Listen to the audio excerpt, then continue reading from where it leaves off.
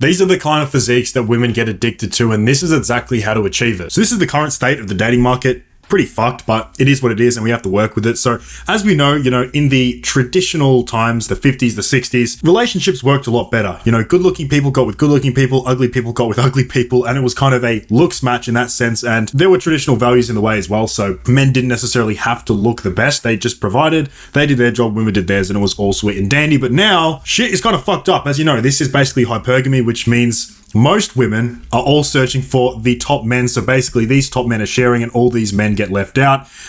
These women at the bottom would basically rather be single than be with these guys here. And also what you'll notice about these women here specifically is even if they have to, they will share the top guy and they would rather be single, sleep around a little bit, because the truth is, and you probably have some boys like this as well, these guys here will literally just sleep with like the bottom tier women. If the club starts closing late, you know what happens, and they'd rather just do that. And what we're saying is pointless if there's no stats to back it. So basically out of 2,000 female respondents, they all admitted that 43% of them have a backup man if the current relationship ends. 8 out of 10 of them are in contact with the backup man. 50% of men was aware of the backup man. 1 out of 5 said the backup man was a friend of their partner, and 1 out of 10 of them had already confessed their undying love. And you'll get at why we're even going through these things at the moment. But basically in this video, we're going to teach you how to avoid being this cucked out guy here. This is a very common scenario for a lot of relationships, and you'll hear middle-aged relationships. There's a lot of banter within the relationship, mainly just coming from the woman's side, basically taking the piss out of the husband, and he puts up with it for some reason. But this is basically because he is undesirable. And we'll bring it back to how the physique is involved in this, because it is a big part in basically being this man down here. So what I need a lot of you to understand, even though you might not be Craig over here, you might not be fully cucked out, you probably don't have the most ideal relationship, and you still probably want more lust, more desire within the relationship that you currently have, because I think you have seen it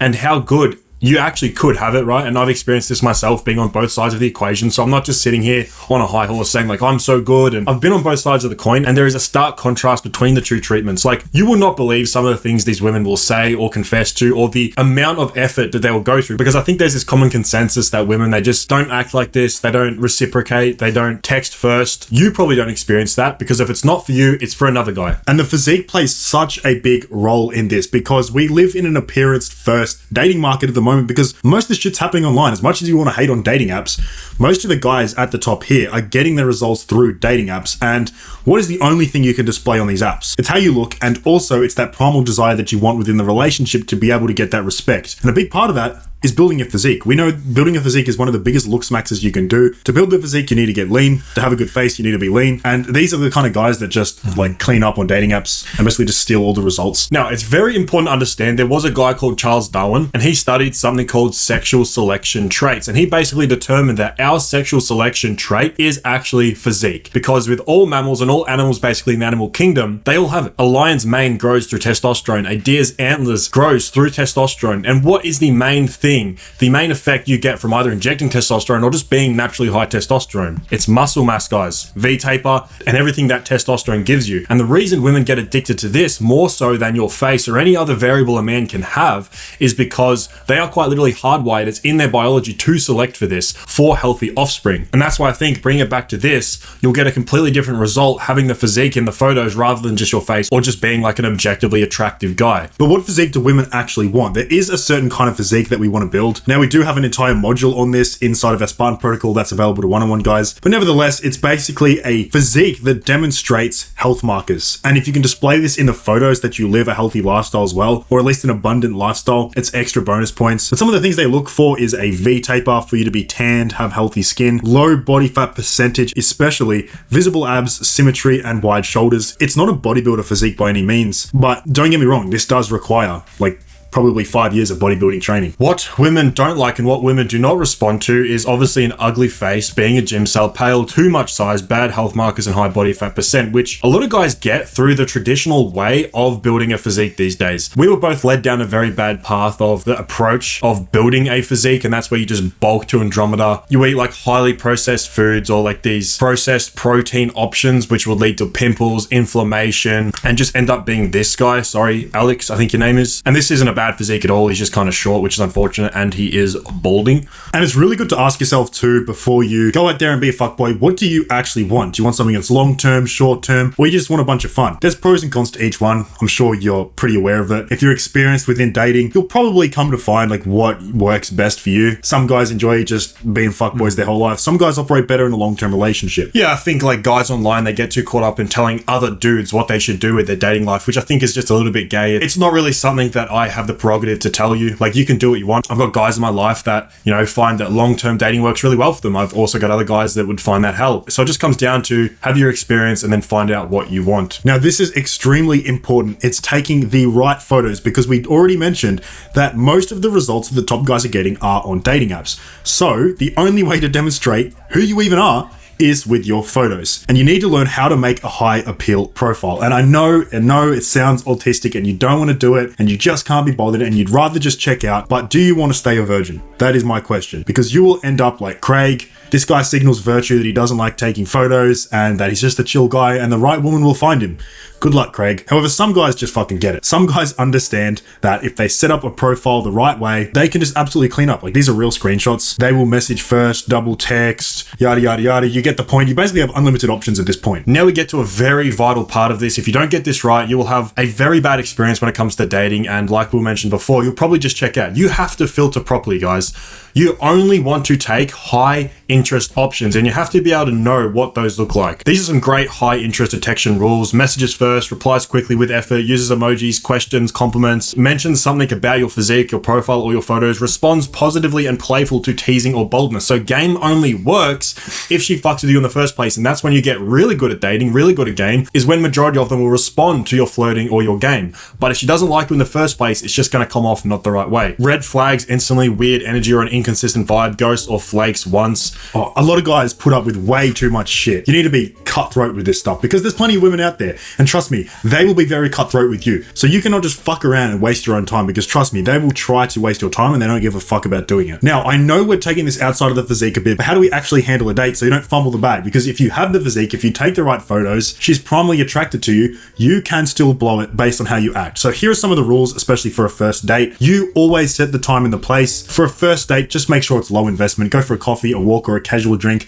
Most likely, if you're looking for a good apple, you're going to have to sort through a lot of apples. So do not be spending $100 on a date every time, because if you go through 10 women, there's $1,000 gone. And also, what kind of first impression are you making? That you're like some kind of provider, that you're going to take care of her for the rest of your life? Maybe you don't want to do that. And trust me, she's had more affluent men, richer men, men that can provide more, so you just cannot compete in that aspect. You may as well just go for a coffee, a walk, something that's low risk that you would have done anyway, and then you're just inviting her along. You lead the logistics. You avoid these like interview dinners or like sit across from each other setups. You need to spike your emotions, and you cannot do it like this. Yeah, if you're not very good with your words, which like most of you aren't, that's completely fine. Like, I'm no magician either with my words. That's the worst thing in the world, is just sitting face to face interview style. It's going to spike her anxiety. That is the last thing you want her to do. If you spike her anxiety, it's done. It's finished. The flirting won't work. The game won't work. Any sort of advancement that you try to make will be much more difficult. Just do a playful activity. Just go do something that's like reasonably fun. I mean, just think about it. How are you even going to move things forward in an interview style dinner? How can you make a move? How can you even gauge the situation? But some green flags that she is fucking with you is she's feminine, engaged, and reciprocates maybe flirting, or if you're being playful. And this is what I was talking about. Touch escalation is smooth and natural, and it can't be natural if you're just sitting across from each other having dinner. And I'll just throw a bunch of like great date ideas. You can just steal these. Mini golf is great. Your crib is great, especially if you've got good stuff, fun stuff to do at your crib. If you've got a pool table, a good movie setup, or anything that's like interactive but still not that high investment to the point where you got to organize it through like bookings and stuff like that. If she mentions that she wants to see you again, very good sign. If she doesn't even mention like the second date, or doesn't want to set up a second date, you're cooked. Just let it go. Like, it's literally not going to happen. Some red flags. If she's on her phone too much, that just simply means she's bored. She literally values her phone more than the current date she's on. She has all day to be on her phone. So if she's on her phone texting some friends or something, she's bored. She's not fucking with you. If she doesn't even offer to split the bill, or at least say thank you when you pay, now you shouldn't actually go ahead and split the bill, but if she doesn't at least offer, you will get used as a wallet. If she starts talking about her ex's trauma or being too busy or her hoe phase, wrap it up. I'll tell you what though, don't be the guy. Don't go in there and say, I'm this traditional guy, I have these rules and expectations for you, because now she knows she's not going to talk about this stuff. She wants to set a good impression. If she knows you're this masculine provider guy, no way she's going to bring up her past. Be open to it, almost encourage her, almost bring out the degeneracy in her, kind of test it a bit. Really just stress test her and act like you'd be totally cool with the fact that she's done that in the past, and she will open up, and then you actually know. Then you don't get finessed, then you don't get 10 years down a marriage and realize that she lived at a college dorm and sucked dudes off at parties. Yeah, that is like the worst red pill advice I've ever heard, and I never knew why they fucking said it. Like, you should tell these girls what you want, and you're just telling them how to play your game and how to win. You're basically giving them the guide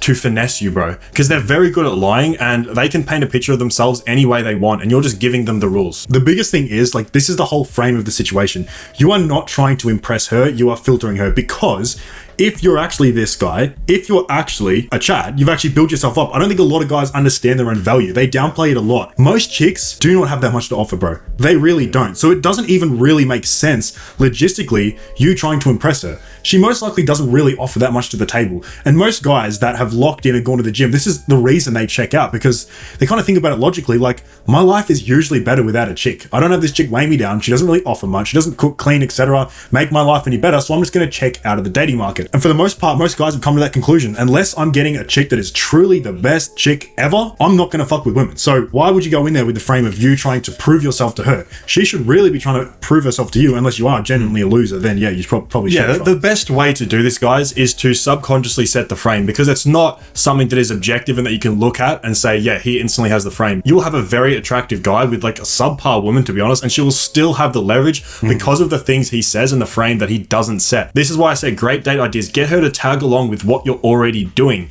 You're already running errands, get her to just tag along. Yeah, whatever, you can come. Okay. And then she's instantly in your frame, in your world, doing whatever the fuck you were doing in the first place. That's why like these organized dates I really don't like, because first of all, you've already said that, yeah, my time's honestly not that valuable that I can get any random girl to take up like an hour, 2 hours, or fuck it, even 5 hours of my time. So you're already kind of setting a bad frame off that alone. And this is the reward at the end of this fuckery. I know it's annoying. I know the dating market is fucked, but you just cannot check out. You will be a chud. You will be a loser. The end goal is to have abundance. Whatever you choose to do with that is up to you. To have confidence to know that if you go on a date, you're securing it. Like, realistically, at this stage of my life, I don't think there's like a date that I could fail. I don't think that's really a thing. And if you build yourself up to the right guy, I think you'll notice the same thing. You truly can just walk in with confidence and know that any real woman that you want, you could probably get. You have a better life quality if you have a woman that complements your life, and you have leverage. That is the most important thing. She will actually make your life easier. I don't think a lot of men understand that, because they don't actually put any strategy towards their dating life, which I know you don't want to do. And you'll get to the point, guys, where you'll realize this is what women actually want in the first place, and that's why they're actually making it hard for you if they don't truly desire you, because they don't want to do these things. They want to find a guy where they want to do this stuff. Does that make sense, guys? However, I will say everything we've just explained, everything here up until this point, like this tutorial on how to date, is pointless if you didn't listen to what we said at the start. You must build yourself up to the man that can get primal attraction. If she doesn't have primal attraction for you, you will end up as Chud here. You just cannot, there's no way you can set, maybe if you are a red pill fucking pro, you're a pickup artist god, you just cannot set the right frame looking like this. And guys, it might take some time. There are a lot of things that you probably have to improve and that I had to improve as well, but you will get there and you will get to this point. So just trust in the process, man, and just know that at the end of all of this work, you know, the gym, the nutrition, looks maxing, game, at the end of all that is a very abundant life and a very relaxing life. You don't have to deal with the headaches that most guys deal with, but you have to build that outlier physique, guys. You have to get ripped. You have to be lean. You have to look good, and you have to stand out. Like, you have to actually stand out amongst 100 guys. That's the case we're dealing with here. Like, these guys just get left out. They always will. And I think the gap is only going to keep increasing, to be honest. I don't see us going back to the 1950s anytime soon. Most women are on this kind of like, we hate all men train now at this point. So